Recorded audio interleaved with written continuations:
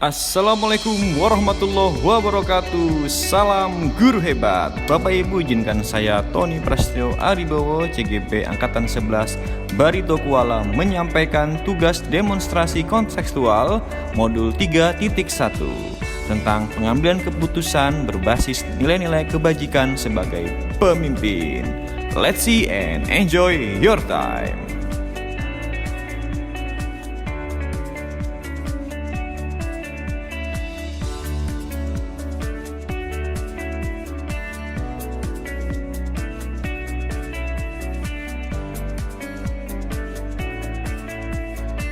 Assalamualaikum warahmatullahi wabarakatuh. Waalaikumsalam warahmatullahi wabarakatuh, Pak Tony. Baik, terima kasih Pak J. Apa kabar? Alhamdulillah baik. Alhamdulillah, semoga selalu sehat Pak J. Terima kasih. Di balik cuaca yang kadang panas, kadang mendung, tapi tetap semangat dalam menjalani aktivitas. Mantap, mantap. Oke, Pak J, maaf mengganggu. Jadi saya di sini ada yang mau saya tanyakan. Tapi sebelum itu saya izin menyampaikan dulu terkait identitas saya. Baik Pak J, nama saya Tony Prasetyo Aribowo, saya CGP Angkatan 11 Kabupaten Barito Kuala. Kebetulan saya dapat tugas atau amanah dari hasil di LMS untuk mewawancarai kepala sekolah. Ya. Jadi ada 2 dari sekolah asal sama dari sekolah luar. Nah, untuk hari ini saya berkesempatan dengan kepala sekolah saya sendiri di tempat saya mengajar. Jadi tujuannya untuk mencari tahu keputusan atau cara pengambilan keputusan yang tepat di balik masalah yang ada. Yang mana siapa tahu ada yang bertentangan di antara masalah tersebut yang mungkin Pak J ambil gitu. Nah, jadi seperti itu Pak J yang nanti akan saya tanyakan. Apakah Pak J berkenan? Ya. Siap. Silakan. Makasih Pak J. Nah, sebelum itu mungkin bisa Pak J kenalkan dulu Pak J, nama lengkap, jabatan dan asal sekolah. Silakan Pak J. Baik, terima kasih Pak Tony. Perkenalkan, nama saya Muhammad Rijal Iryadi. Saya Kepala SMA Global Summit Boarding School Kabupaten Barito Kuala. Ya. Oke. Terima kasih juga Pak J atas waktunya, dan beliau atasan saya. Saya anak buah ya gitu. Jadi saya deg-degan nih di mewawancarai kepala sekolah inspirasi saya. Baik Pak J, langsung saja ke pertanyaan Pak J. Di sini ada 8 pertanyaan yang akan saya sampaikan. Nanti Pak J akan menyampaikan yang mungkin terkait pengalaman yang sudah Pak J lakukan dalam pengambilan keputusan. Oke, izin Pak J, pertanyaan pertama, selama ini bagaimana Pak J dapat mengidentifikasi kasus-kasus yang merupakan dilema etika atau bujukan moral? Baik. Gimana Pak J? Jadi kalau selama ini biasanya dari berbagai permasalahan yang kita hadapi, kita melihat, nih saya sendiri mencoba melihat pertama, apakah ada aturan-aturan yang bertentangan, apakah ada aturan-aturan yang dilanggar. Kalau ada berarti ini kan mungkin lebih ke bujukan moral tadi ya. Apakah ada pertentangan dengan ketentuan, ada hal-hal yang tidak sesuai. Namun kalau ini ternyata sebetulnya adalah dua-duanya punya pertimbangan baik masing-masing. Biasanya kita temukan saat diskusi dengan tim. Semua tim mengutarakan hal-hal yang memang sebetulnya bisa jadi positif dari sudut pandang masing-masing. Itu mungkin lebih ke dilema etika ya. Etika ya. Artinya membuat saya harus mempertimbangkan dengan lebih jeli. Oke. Ada lagi Pak J? Itu aja. Oke. Wah, jadi secara singkat ya. Secara singkat. Wah, jadi luar biasa jawaban dari Pak J, berbobot sekali ya. Etikanya ada, moralnya ada. Baik Pak J, terima kasih atas jawabannya. Lanjut ke pertanyaan kedua Pak J. Ya. Nah, selama ini bagaimana Pak J menjalankan pengambilan keputusan di sekolah yang Pak J ampu sekarang, terutama untuk kasus-kasus di mana ada 2 kepentingan yang sama-sama benar atau sama-sama mengandung nilai kebajikan atau nilai kebaikan? Baik. Jadi biasanya dari pengalaman yang pernah saya dapati dari beberapa permasalahannya, ketika ini sebetulnya mempertimbangkan dua hal yang in a way tidak mudah untuk memutuskan, karena satu sisi kalau memutuskan seperti ini ada dampak-dampak positif dan negatifnya, yang ini juga ada positif dan negatif, sama-sama punya nilai kebaikan di sana. Biasanya yang saya lakukan adalah mengumpulkan data lebih banyak. Jadi kita ingin saya mencoba melihat dari berbagai aspek. Kawan-kawan kita kumpulkan untuk diskusi di tim manajemen, karena yang seperti ini biasanya bukan masalah yang sederhana. Jadi nggak bisa langsung dieksekusi. Butuh pertimbangan dari berbagai aspek. Itu biasanya saya melibatkan beberapa pihak yang membantu saya untuk memutuskan mana yang kita ambil, melihat dari sudut pandang masing-masing. Karena kalau yang jelas ada, oh ini jelas melanggar peraturan, itu kan lebih mudah ya. Ini sebenarnya antara mana yang mau kita, sudut pandang mana yang mau kita coba gunakan saat memutuskan itu. Siap. Berarti tetap Pak J ya, musyawarah mufakat tetap ada di situ gitu ya. Sebelum tim manajemen. Iya, jadi sebelum diambil keputusan tetap ada musyawarah dulu, mungkin gimana pandangannya, setelah kumpul datanya baru diputuskan. Iya. Oke, mantap Pak J, terima kasih. Lanjut Pak J ke pertanyaan ketiga. Langkah-langkah atau prosedur seperti apa yang biasanya Pak J lakukan selama ini? Kalau secara umum mungkin menyambung yang tadi, pertama ketika ada laporan terkait suatu permasalahan, nah saya akan meminta tim untuk memberikan data-data, mengumpulkan informasi dari berbagai sumber terkait permasalahan tersebut. Artinya ketika ada yang bawa permasalahan ke saya tidak bisa langsung memutuskan. Tentu kalau ini hal-hal sederhana yang aturannya sudah jelas, oh ini yang tidak sesuai, itu lebih mudah. Namun ketika yang dibawa ini sesuatu yang cukup besar dampaknya, jadi saya akan lihat dulu, oh ini dampaknya bisa berpengaruh terhadap beberapa hal. Maka saya minta tim untuk coba bawakan informasi yang lebih lengkap. Itu tahap yang pertama ya. Nah, kemudian kita minta untuk kumpul dan kita diskusikan apa kemungkinannya dari permasalahan. Kalau kita putuskan seperti ini, apa nih yang bisa terjadi? Kalau yang seperti ini, apa yang bisa terjadi? Baru kemudian saya coba memediasi perspektifnya, karena kan orang masing-masing kan punya pendapat ya. Nah, kita coba, peran saya di situ adalah mencoba menjembatani perbedaan-perbedaan itu, karena ini sebenarnya dua-duanya punya sisi positifnya masing-masing ya, dan dampaknya masing-masing. Setelah itu baru kita coba finalisasi, memastikan bahwa kita melihatnya kita sepakat nih untuk melihat dari sudut pandang yang mana, baru kemudian kita putuskan. Ya singkatnya sih begitu, cuman dalam prosesnya itu bisa jadi cukup panjang. Iya, benar-benar. Wah, luar biasa ya. Jadi kalau saya dapat ambil poin, Mister, ada 4 poin. Jadi data dulu dikumpulkan, setelah itu musyawarah, setelah itu baru action, dalam artian memanggil yang mereka yang mungkin ada kasus, lalu yang keempat keputusan gitu ya Pak J, apakah harus A, B atau C gitu. Wah, ini luar biasa sekali, menarik buat saya. Jadi Pak J ini lebih cocok jadi kepala dinas sebenarnya. Nah itu begitu dikat nanti. Oke, makasih Pak J. Lanjut Pak J yang ke berikutnya. Iya.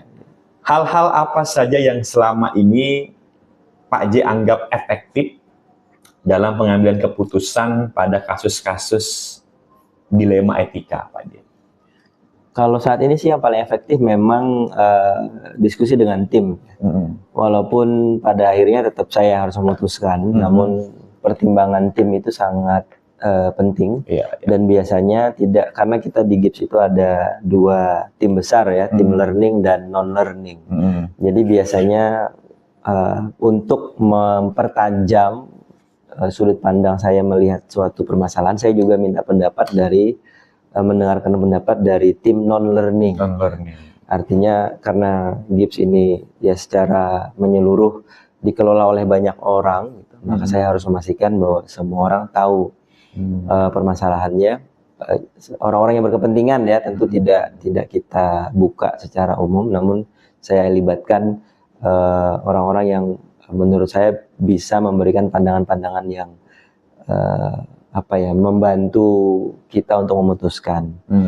Itu yang pertama. Dan yang kedua, memang saya harus menahan diri untuk memberikan komentar ketika orang menyampaikan. Saya harus mencoba memposisikan diri di posisi netral, sehingga ketika saya memanggil pihak yang lain untuk mendengarkan pendapat itu tetap bisa imbang. Nah, itu cukup membantu menurut saya, cukup efektif, sehingga ketika memutuskan saya bisa memposisikan lebih lebih netral, artinya tidak memihak, karena kalau sudah memihak kan udah jelas tuh kemana.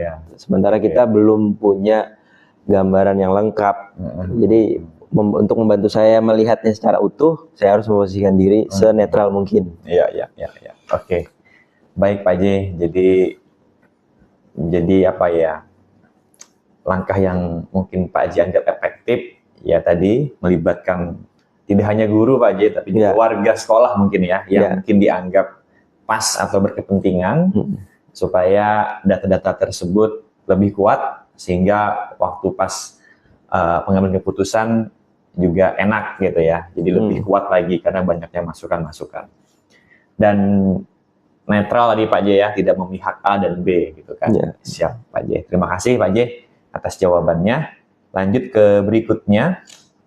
Hal-hal apa saja yang selama ini merupakan tantangan dalam pengambilan keputusan pada kasus dilema etika? Tantangannya apa nih Pak J? Tantangannya biasanya satu, bagaimana kita bisa mendapatkan informasi dan data secara lengkap dan berimbang ya. Itu bisa menjadi suatu tantangan khususnya untuk masalah-masalah yang sensitif lah. Dan kadang-kadang harus diputuskan dengan cepat. Jadi challenge kita adalah dengan semua dinamika di sekolah ini, bisa jadi kawan-kawan yang semula berurusan langsung, bisa jadi mereka ketika menyampaikan informasi juga kurang lengkap.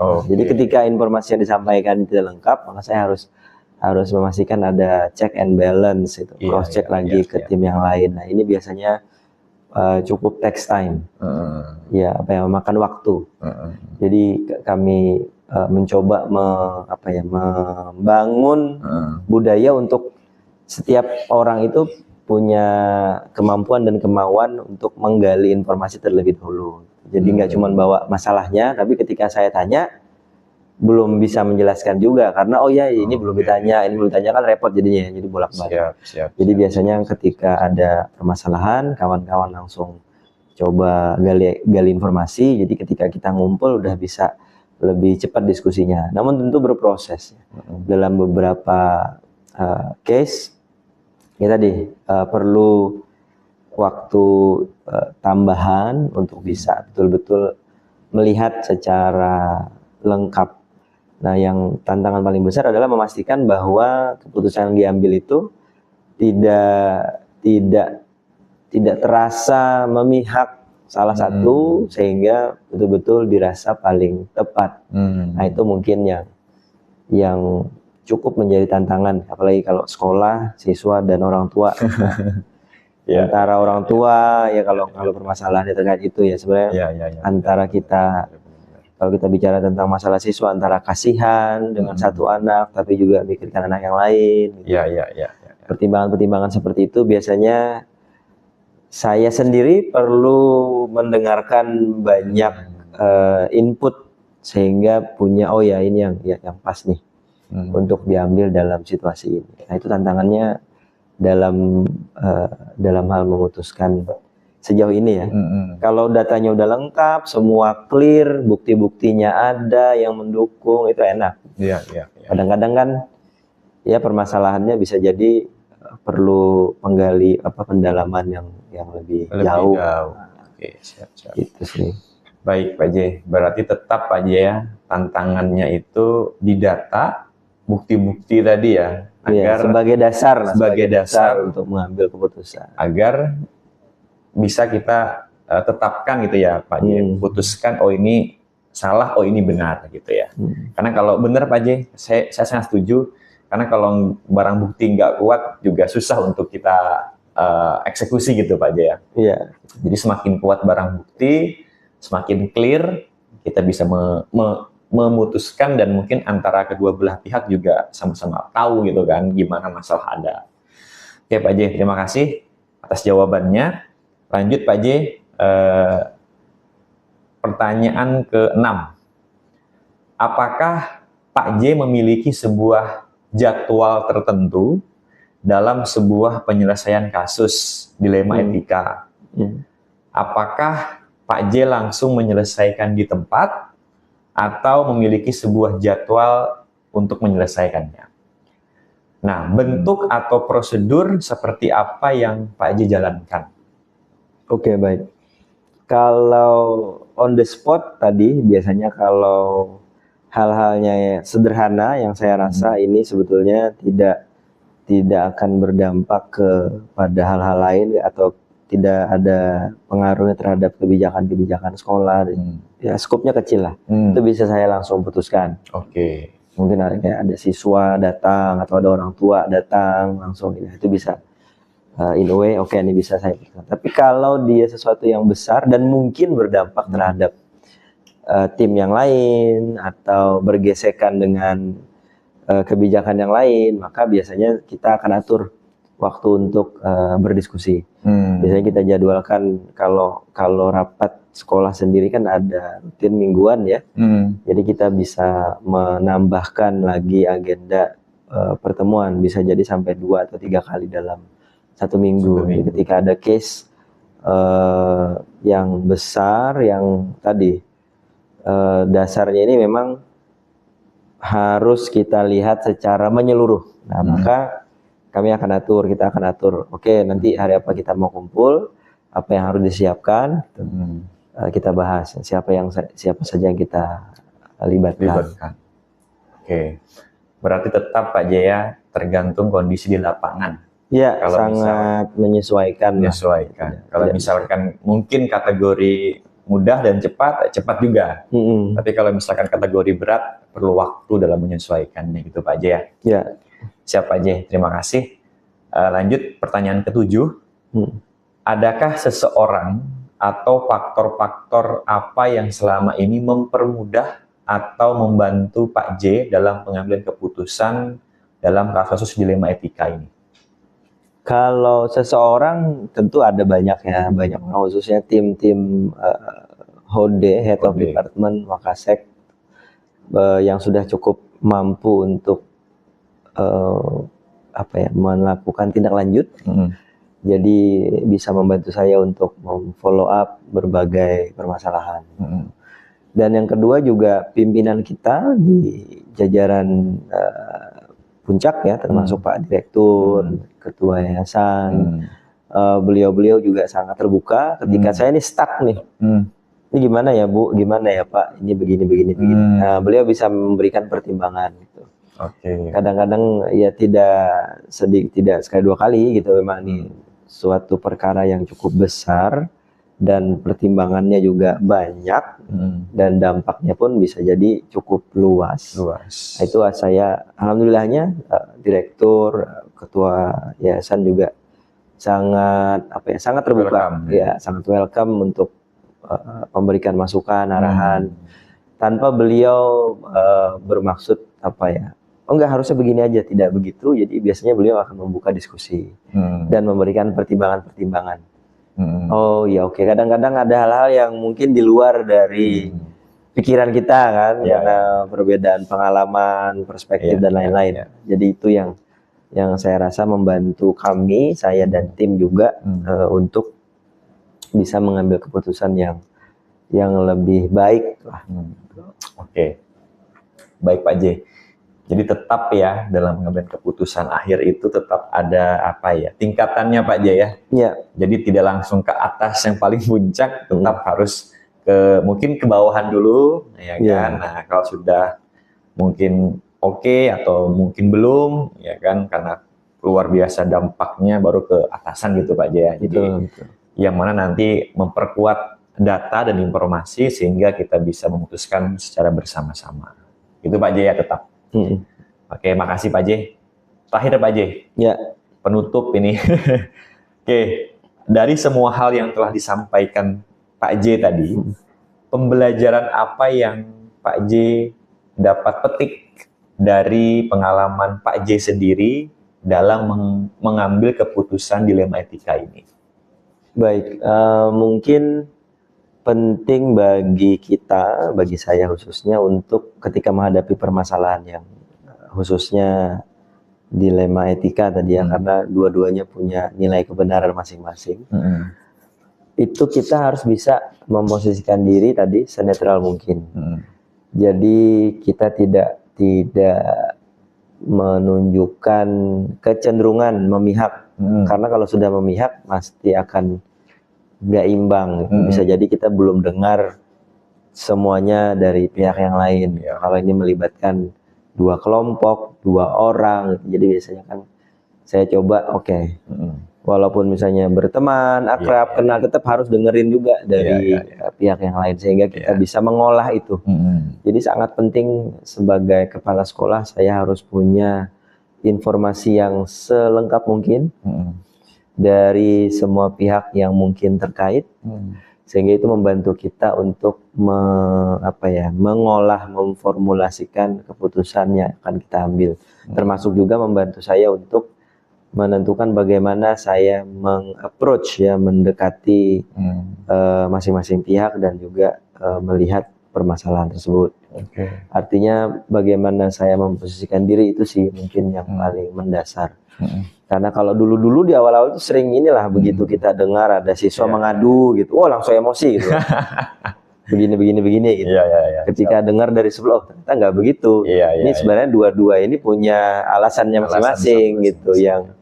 Yang berbeda adalah sudut pandang mereka. Saya tidak boleh masuk ke dalam salah satu sudut pandang. Saya harus bisa melihatnya lebih luas. Lebih menyeluruh. Oke. Baik Pak J, jadi tetap Pak J ya, pembelajarannya adalah bagaimana cara kita bersikap netral, karena kita sebagai pemimpin, jadi harus adil, tidak boleh memihak A dan B, kecuali datanya mungkin kuat, jadi kita bisa untuk menentukan, gitu Pak J ya. Ya, jadi mungkin Pak J juga di kesempatan hari ini saya juga menyampaikan bahwa Pak J ini salah satu inspirasi saya. Jadi karena memang benar tadi yang disampaikan Pak J, karena memang saya anak buahnya Pak J. Jadi Pak J setiap saya ada masalah, Pak J bersikap netral dan Pak J orang yang memotivasi saya. Walaupun saya seperti ini tetap Pak J paham saya. Jadi itu yang saya rasakan selama ini. Jadi terima kasih Pak J atas bimbingan ke saya. Dan mungkin juga semoga saya bisa lebih baik lagi. Dan semoga Pak J saya doakan berlanjut sampai 4-5 periode. Gantian lah yang Pak Tony calon Kepsek kan. Oke. Lolos guru. Siap Pak J, insya Allah. Jadi ya mungkin itu aja Pak J tanggapan atau jawaban atau mungkin pertanyaan maaf dari saya. Terima kasih atas jawaban yang luar biasa yang mungkin dapat membuka khasanah berpikir saya juga bahwa saya harus bisa seperti Pak J paling tidak dalam mengambil keputusan, karena memang saya akui berat kalau saya mungkin siup saya. Tapi ini menjadi masukan buat saya ke depannya dalam mengambil keputusan yang mungkin ringan atau bahkan berat. Dan semoga tetap terus menjadi inspirasi Pak J, role model untuk sekolah kita SMA GIPS. Terima kasih Pak J. Terima kasih Pak Tony. Mengganggu dan semoga sukses, lancar. Amin. Dan sehat selalu. Selamat siang Pak Kur. Yang Pak. Oke, apa kabar nih sekarang? Alhamdulillah baik. Alhamdulillah baik. Semoga selalu baik Pak Kurya dan sukses ke depannya. Amin.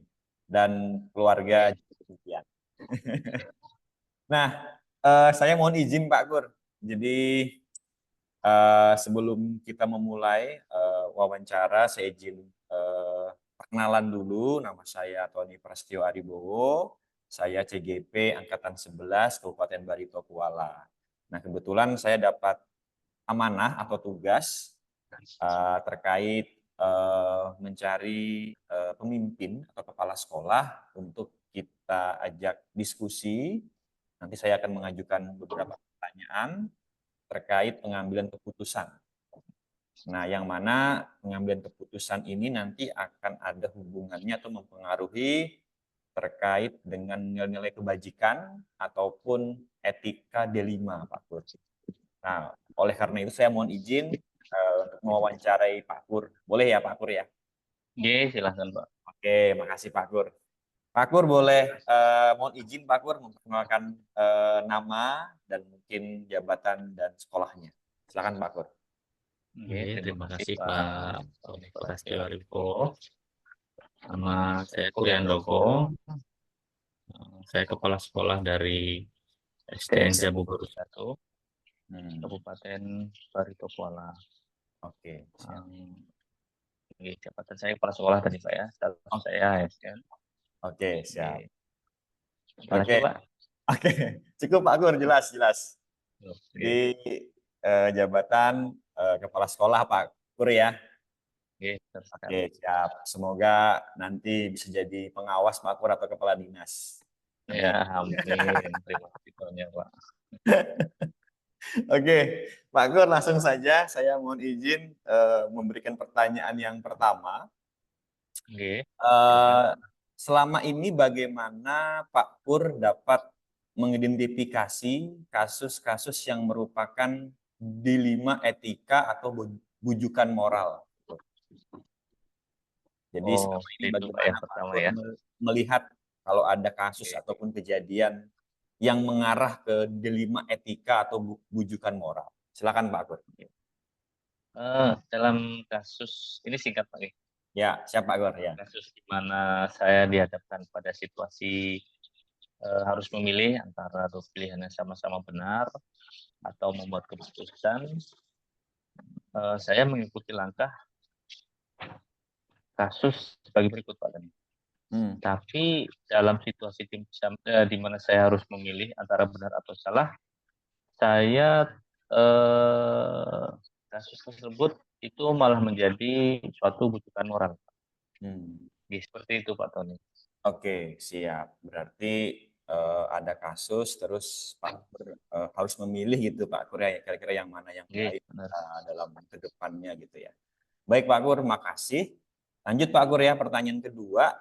Selama ini bagaimana Pak Kur menjalankan pengambilan keputusan di sekolah Pak Kur sekarang, terutama untuk kasus-kasus di mana ada dua kepentingan yang sama, benar atau sama-sama mengandung nilai-nilai kebajikan Pak Kur? Silahkan Pak Kur. Itu di dalam kasus di mana saya harus dihadapkan pada situasi memilih antara dua pilihan yang sama-sama benar atau membuat keputusan, saya mengikuti langkah tetap Pak, di mana saya harus memilih antara benar atau sama-sama mengandung nilai kebajikan. Tetapi saya lebih cenderung yang mengandung nilai kebajikan Pak. Itu, Pak. Oke. Namun tidak lepas juga ada kepentingan yang lain yang lebih mendalam Pak. Oke, siap. Berarti intinya melihat dulu ya kan nilai kebajikannya, terus kalau udah mantap pas lalu dipilih gitu Pak ya. Betul sekali Pak Tony. Jangka panjangnya gitu Pak ya, dampak yang dihasilkan. Baik, terima kasih Pak Kur, bagus sekali. Lanjut ke pertanyaan ketiga Pak Kur. langkah-langkah atau prosedur seperti apa yang biasanya Pak Pur lakukan selama ini? Mungkin dalam hal mengatasi kasus tadi, Pak Pur. Langkah-langkahnya, Pak. Oh ya, terima kasih Pak Tony. Yang pertama itu langkah-langkah prosedurnya. Yang pertama itu sebelum membuat keputusan itu saya meninjau kembali kasus secara rinci Pak Tony. Yang pertama itu waktu, terus siapa yang terlibat. Kemudian saya juga mengidentifikasi apakah ada pelanggaran hukum atau tidak, serta aturan dalam situasi tersebut, Pak. Dan kemudian jika memungkinkan, saya juga mempertimbangkan solusi lain yang tidak membahayakan kedua pihak, seperti itu, Pak. Oke, berarti langkah-langkahnya sudah ada, ya kan? Tetap kita melihat ke depan juga gimana dampaknya gitu, Pak Pur ya. Baik, Pak Pur. Lanjut, Pak Pur, pertanyaan ke berikutnya. Iya. Hal apa saja yang selama ini Pak Pur anggap efektif dalam pengambilan keputusan pada kasus-kasus dilema etika tersebut? Nah, silakan Pak Pur. Selama ini yang saya anggap efektif itu di dalam hal dilema etika, saya percaya Pak Tony ya, ada beberapa hal yang bisa membantu saya dalam membuat keputusan. Yang biasanya saya melakukan pengujian benar atau salah, pengujian benar lawan benar. Setelah melakukan pengujian itu, kemudian saya menetapkan prinsip dalam membuat keputusan. Seperti itu Pak Tony. Oke, siap. Berarti sudah efektif Pak Pur ya dalam hal melihat masalah terus dilakukan caranya. Oke. Lanjut Pak Pur ke pertanyaan berikutnya. Terima kasih Pak Pur. Hal-hal apa saja yang selama ini merupakan tantangan dalam pengambilan keputusan pada kasus-kasus dilema etika? Tantangannya apa kira-kira Pak Pur? Apakah ada tantangan dalam keputusan? Pasti ada Pak Tony tantangannya ya.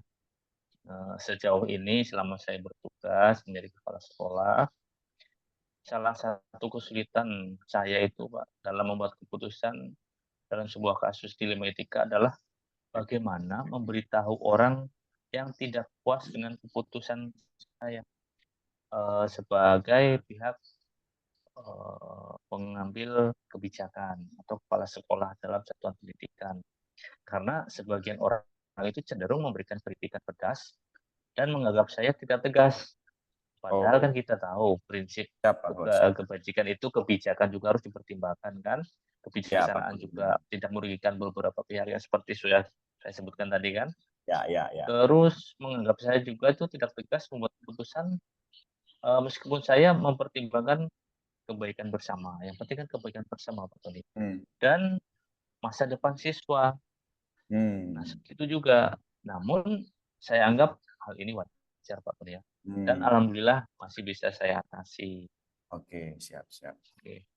Baik, berarti tantangan jelas ada, tapi tetap itu sebagai hal yang wajar. Jadi kita tidak melihat kambing hitamnya Pak Kur ya, tapi melihat solusinya seperti apa gitu kan. Karena memang harus ada keputusan yang diambil untuk murid gitu Pak Kur ya, untuk sekolah.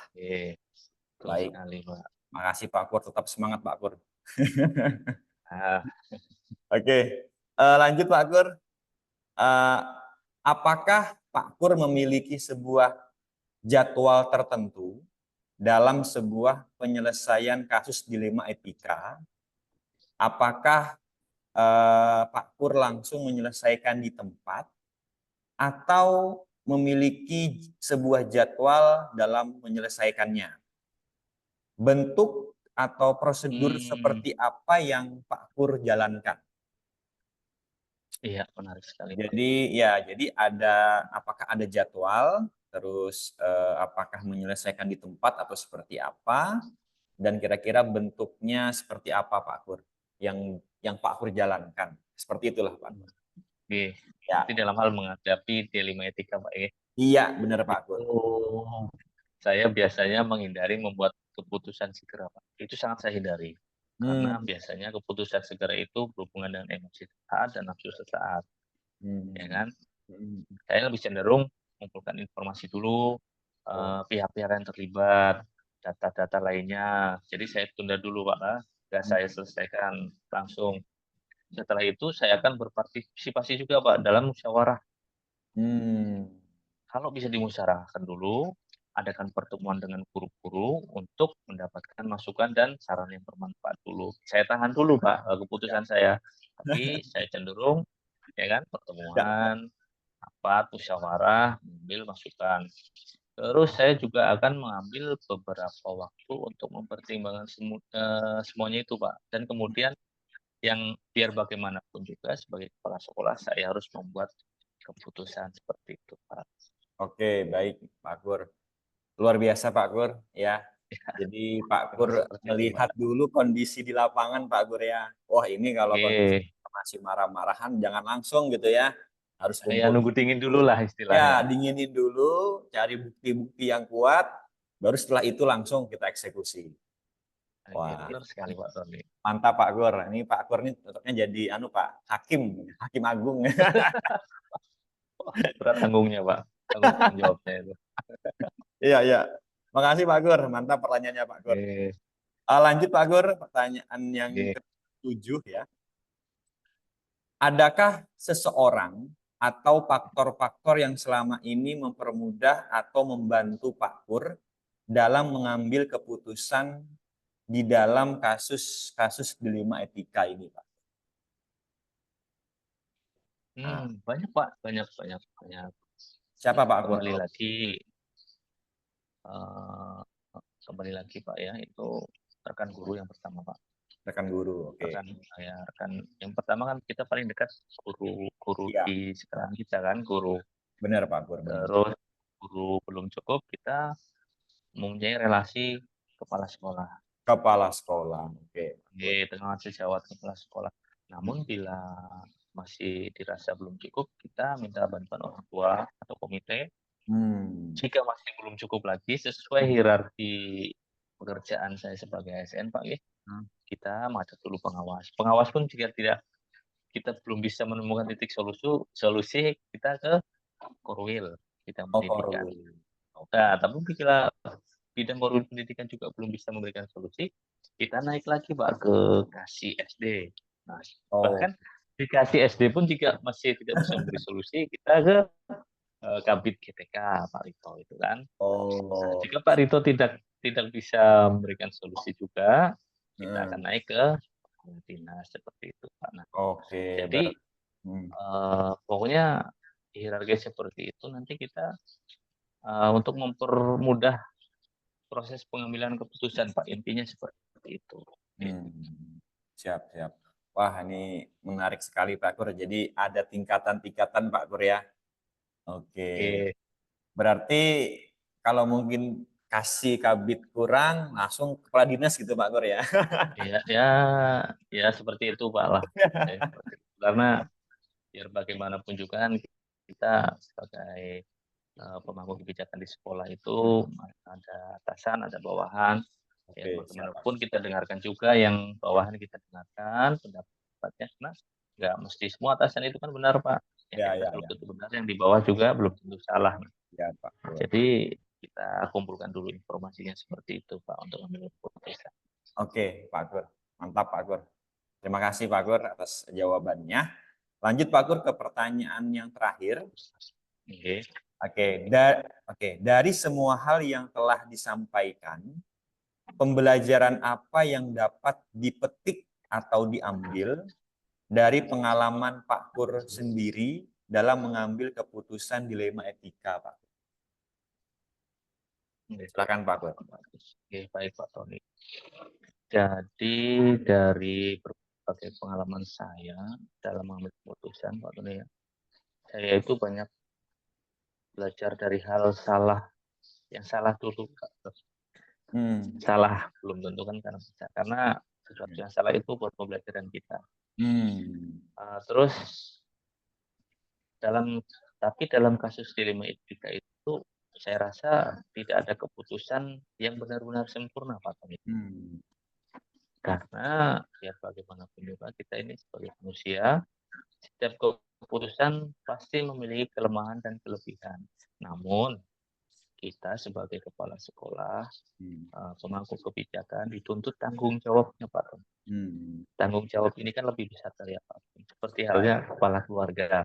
Ya, ya. Keluarga itu kan ya, nanti Pak Tony merasakan. Yang dituntut seorang laki-laki, seorang pemimpin itu tanggung jawabnya. Ya, ya, ya. Apa tanggung jawab kita yang ditanyakan kan seperti itu juga. Tapi saya yakin walaupun sebuah keputusan itu memiliki kelemahan, ada juga kelebihannya, Pak. Nah, seperti itu. Kita ambil yang kelebihan positifnya. Kita berpikir yang baiknya, positifnya aja. Karena untuk membuat keputusan itu juga kita harus memiliki prinsip yang didasarkan pada nilai-nilai kebajikan yang luhur. Seperti yang Bapak tadi pelajari di CEP kan. Ya, nilai-nilai luhur kita kan, ya kan? Seperti Ya, itu, Pak Todi. Saya dukung terus Pak Tony. Semangat Pak Tony menyelesaikan. Makasih Pak Gur. Ya, makasih. Ya, jadi menarik sekali Pak Gur ya. Jadi jawaban demi jawaban yang Pak Gur sampaikan membuat saya termotivasi dan terinspirasi Pak Gur.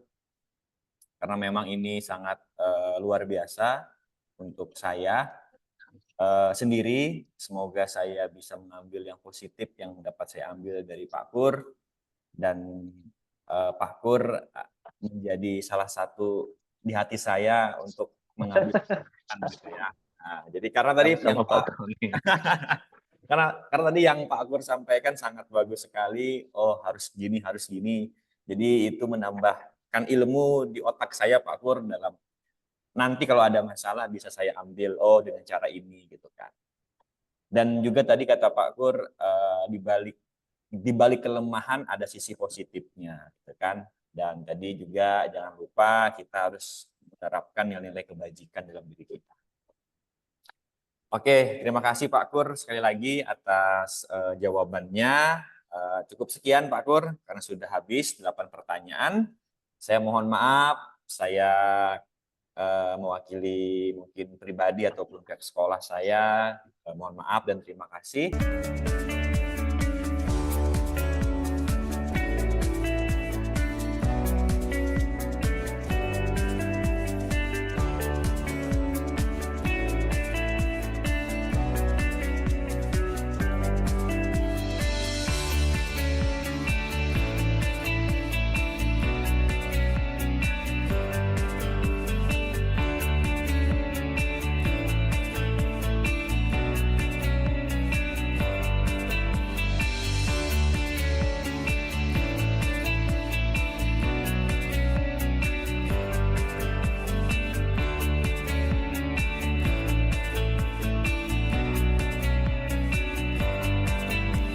Demikian yang dapat saya sampaikan, semoga bermanfaat. Salam guru hebat, salam guru penggerak.